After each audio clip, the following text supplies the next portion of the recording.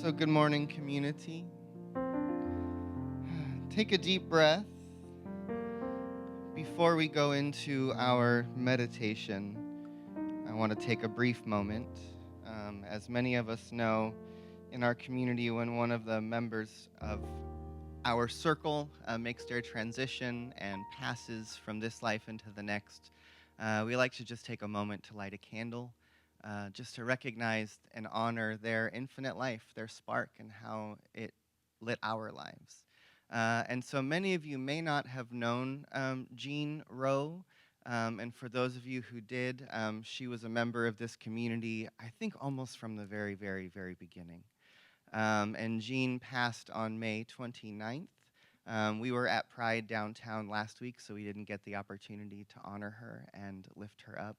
I got the privilege of knowing Jean a little bit in the time that I've been here.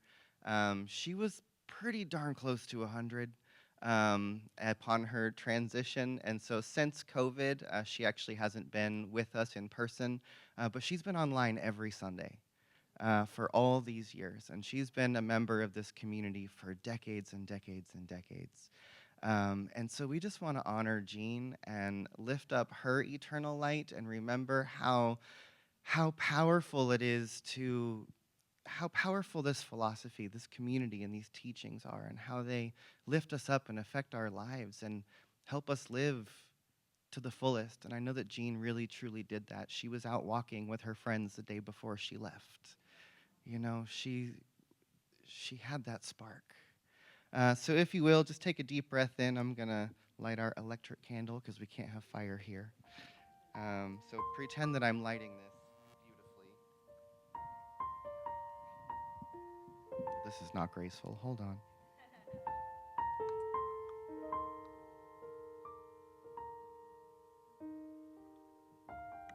We're all going to imagine a beautiful, bright light lighting up this space. Let's go within. Take a deep breath in and just imagine that spark of light, that beauty, that love. Thank you. There it is. And so as we do this, I just want to recognize that these words that I speak from Ernest Holmes, our founder and teacher, from the We Believe statement from Centers for Spiritual Living, that says we believe in the eternality, the individuality, and the continuity of the individual soul forever and ever expanding. And so I just know for Jean in this moment that as she has shed the body, that she has stepped into a life expansive, a life beyond life, an experience more expansive than we can comprehend on this plane. And so we just bless our beloved friend and elder and mentor and teacher as we lift her into the life expanding forever and ever and ever. And so from this place, I invite each one of us to just breathe a little bit deeper. We're going to take a moment to just drop into this space together, first paying attention to the breath. We're breathing every moment of every day. But let's take the opportunity right now to pay attention, to notice, to follow the full, deep, in-drawn breath, breathing all the way in, and then breathing all the way out, exhaling completely, letting it all go before breathing back in again. And as you drop into this deeper state of breathing, I then invite each one of us to not just notice the breaths rising and falling, but to even allow our awareness to notice that little moment after we breathe in, before we exhale, and all the way at the end of the breath, for just a moment before we breathe in, there's a pause.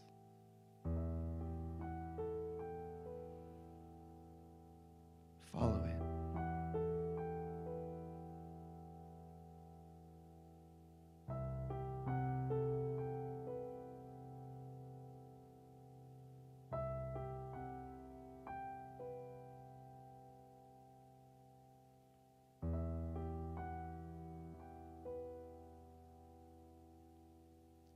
And then from this place, let's breathe together 3 times. So exhale it all out and take a deep breath in. Let it go. Deep breath in. Let it go. Deep breath. Breathe in. And let go. And let's come back together from this place. As I say good morning again. If you don't know me already, my name is Reverend Elisha Christopher. I am the spiritual director here at this Center for Spiritual Living. I do use they and them pronouns, and my ancestors come to us from all over the world, but specifically immigrated to this country from Austria, Holland, Ireland, and Scotland. So it's June. It's a whole new month. Last week we were downtown. We had a beautiful interfaith service with about 10 other spiritual communities. Celebrating Pride, and then for those of us who were able, we marched and participated in the festivities downtown, and it was truly a vibrant celebration. I like to say that we LGBTQ plus folks are a festive people, and we really did have a beautiful, colorful celebration last weekend here in Santa Cruz. And so this month, our theme, because it is Global Pride Month, our theme this month is In Living Color. That we are really celebrating, calling forth a vision of all of us living our best life, living out loud, living into the truth of who we are, allowing our spiritual magnificence and our divinity and our diversity to shine forth in all of its beautiful ways. And so that's this invitation for In Living Color. And again, I remind you that these CSL global themes that we use, we plan a year in advance. We share them across our organization. And, you know, this month is Pride Month in Living Color. This was the theme that came forward. And it's an invitation for us to really let that flag fly, whatever it is, for all of us to just be proud of who we are. And then here we are in this interesting moment in our country where we have a government who's just decided it's no longer Pride Month. I don't think so. Right? And we're going through a really interesting moment, folks. Like some really dark and scary things happened in LA yesterday, right? The government is unleashing the National Guard on people who are just trying to stand for compassion, right? And so we stand for compassion and we're met with violence. Things are getting hot here. Right? And I know many of us have been feeling like things are going down a doom spiral, and what do we do? And I'm going to tell you, folks, this is just the beginning of what's happening. Right? And I was thinking about this idea of in living color. How clearly can we cultivate a vision of the country, the world, the lives, the nation, the experience we want to be having? We have got to allow it to come into full color vision in our minds of the kind of people we want to be, of how we want to show up for each other as a community, not just in this community, but as a national community and as a global community, right? Because we all watched as Project 2025 was put out into the world, 925 pages in living color of what their vision was. We're going to just put a they out there for a moment. Do we have as clear of a vision of the world that we want to be living in? We talk about a world that works for everyone as our vision here in this center, but do we have spelled out images and diagrams and ideas in our minds and pictures that are so cinematic that we can truly see the world that we want to live in? Or are we allowing another vision that is so fully fleshed out to be thrown into our faces and occupy our vision? Right? And that we have to find a way to cultivate a vision that is so clear, so sexy, so powerful, so on fire, that it pulls us forward every single day, causes us to stand up, causes us to speak up, causes us to show up, because we are here to bring about a new vision. We're here to bring about a new way of being, right? And The great thing is we're going through a moment of transformation. Regardless, transformation is happening. The old way is falling away, a way is emerging, and a new way is wanting to be.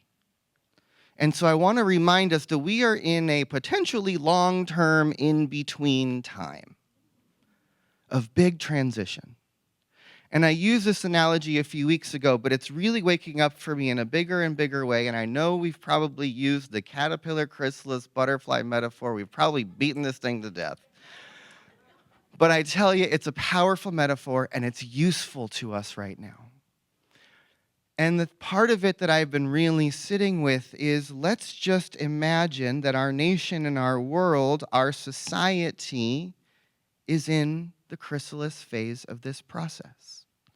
That there is the caterpillar version of who we were that is truly been consuming the planet, all of our resources, as it's been growing and becoming its full caterpillar self. What do caterpillars do but eat and consume everything in sight?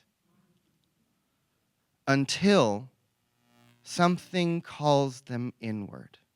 Something changes. And it's no longer about consuming. It's no longer about getting. Something calls the caterpillar to go within. And then the caterpillar begins to dissolve. And I don't know if you've noticed, but the caterpillar version of our society, of our world, is dissolving. Right? It's breaking apart. It's falling apart in so many ways. What happens in the caterpillar in that process? There's little imaginal cells that are latent within the caterpillar that hold the blueprints for the butterfly. You know this, we all know how this works, a little bit at least. Here's the thing. When the imaginal cells first start to wake up, the cells that have been asleep in the caterpillar's body that hold the coding for the butterfly, when they start to wake up, the caterpillar's immune system tries to kill them. The caterpillar fights for its life. But as the caterpillar breaks down, those imaginal cells wake up at a rate that they cannot be eradicated. And then they start to multiply, and then they start to organize, and then they start to connect with each other, and then they start to use all the little bits of the goo that are available to them to start to create a network of new cells, of new structures, of new ways of being, and in the process, the butterfly is being developed. Until the season is right, the conditions are right, all the work has happened, and then the butterfly can crawl out.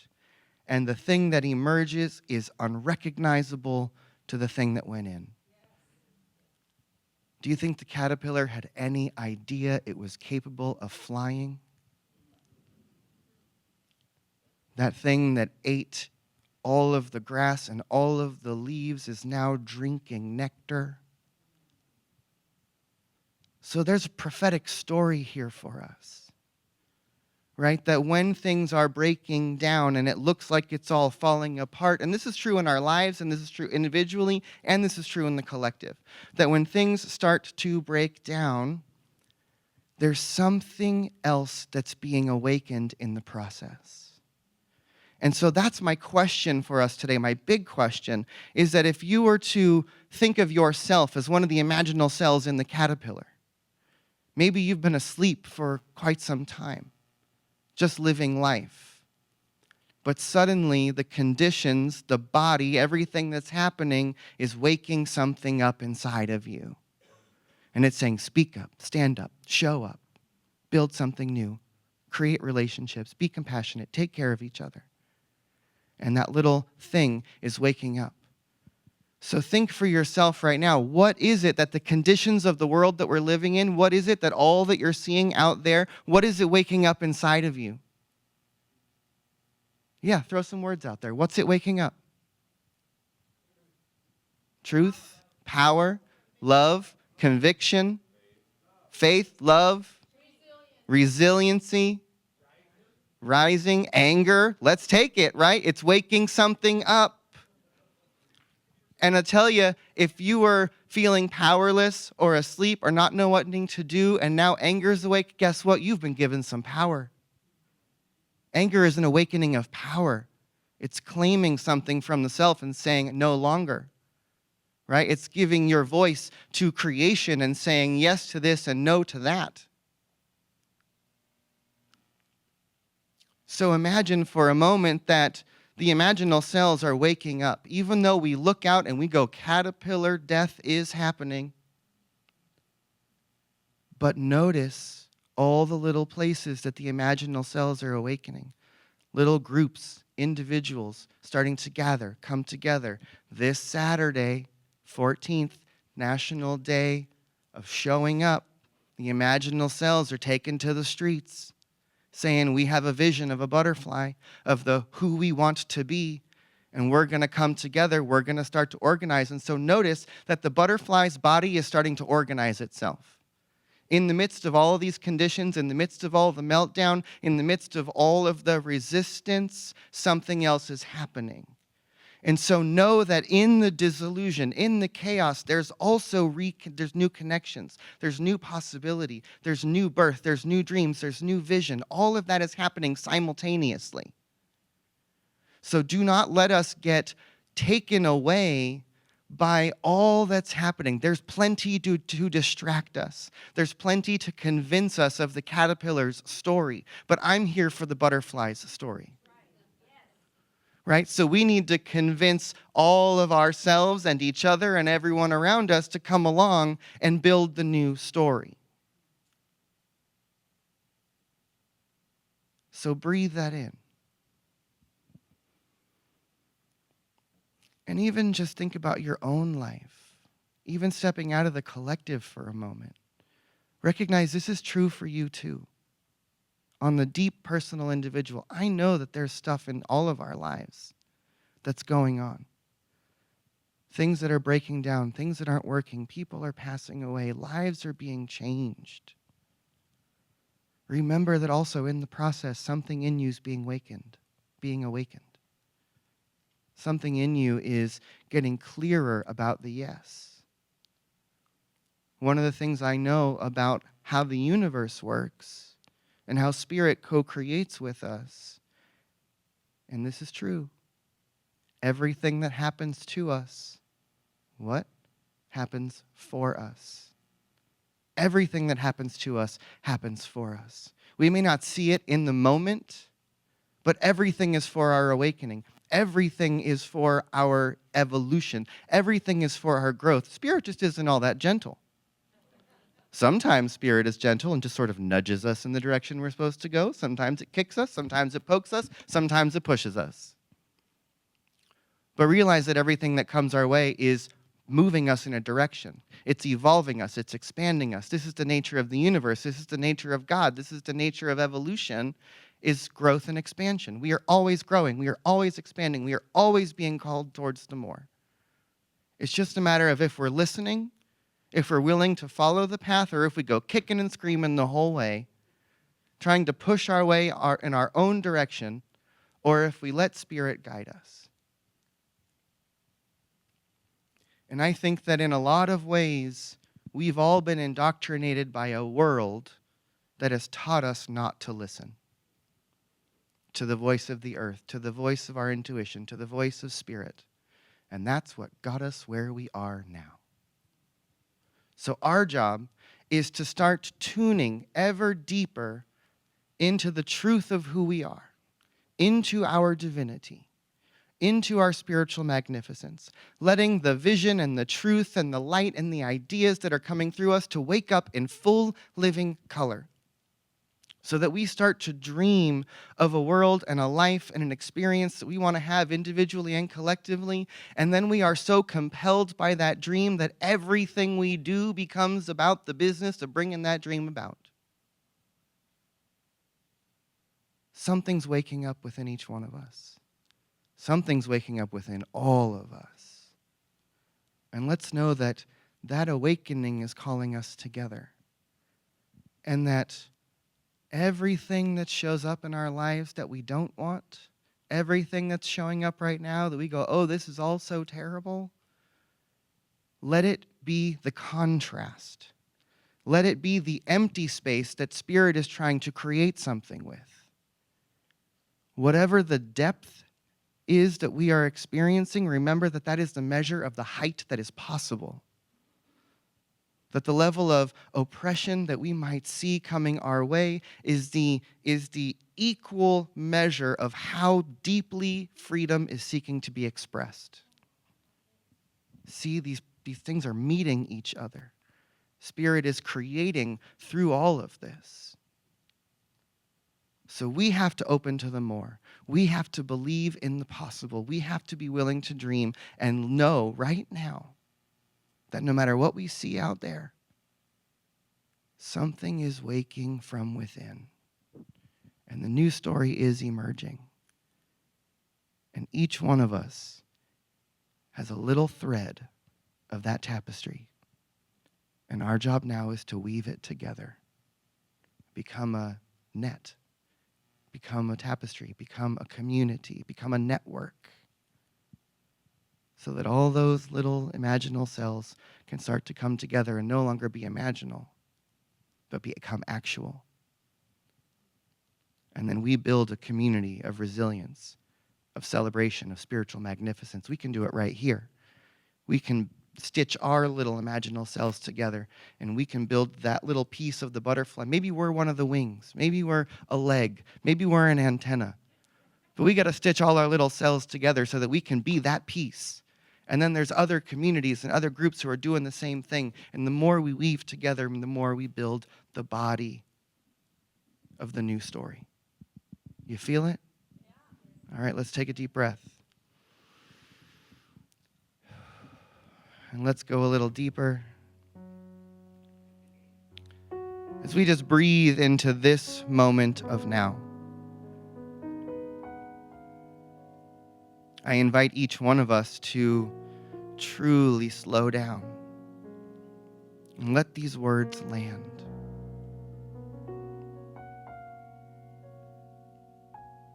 As I begin reminding us that each one of us is being breathed by something greater than ourselves.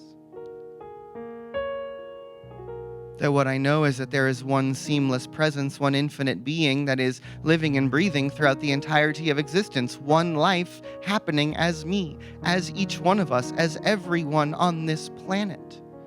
I recognize that every circumstance, that every situation, that everything that is unfolding, all of it is the activity of this one life, this one field of energy that I call God. Everything from the creative power of supernovas to the destructive power of black holes and everything in between, all of it is God. But here's the thing, we need to look at it all from a perspective of wholeness. Because the caterpillar and the butterfly, they are not two different creatures. They are not at opposition with each other. They are one being in transformation. So let us remember that as we claim ourselves as the imaginal selves, as we claim ourselves as part of the new butterfly, let us remember that the caterpillar is not separate from us. That there's only one of us here, that we are all in this transformation together. And that we have to include everyone and everything. There is no one who is excluded from this process. Even if we think we're the butterfly and those, them, theys over there are the caterpillar, guess what? We're all one body, one humanity, one family, one planet. We cannot be separate. But we can build a vision that allows us to see a world in living color where we are living in harmony with each other, where we invite all of us who were crawling on our bellies looking at the ground to learn how to fly, to drink the nectar of life, to rise up into new possibilities, to become that which we've always meant to be. There is something within us that is awakening. And that everything necessary to the full and complete expression of the most boundless experience of joy here on planet Earth, everything necessary is available right now. It's all rising up. What if everything that's happening in our lives, what if everything that's happening in our communities, what if everything that's happening in our nation, in our world is exactly what's needed to wake us up and to bring us to the next level, for us to say no to what no longer serves and to say yes to that which is calling us? What if everything necessary is here right now? What if this moment is for our awakening? What if this moment everything is happening for us? And we say yes to it. We participate. We bring about a new vision. We live it. And so I can be grateful right here and right now for this community as we come together, as we show up, as we rise up, as we say yes to life. And in that yes, we let go. We release our attachments. We remember that there's a power for good in this universe that is greater than we are. And so we surrender to it. We open to it. Ernest Holmes says we can use it. I say let it use us. Let that power for good flow through me. Let it flow through each one of us. Let each one of us be a place where the Spirit of the living God is showing up on this earth, revealing truth, revealing peace, revealing wholeness and love and forgiveness. So let us open to the more of us. Let us surrender to what is and learn how to fly. And so we let it be. And let's seal these words by saying together, and so it is.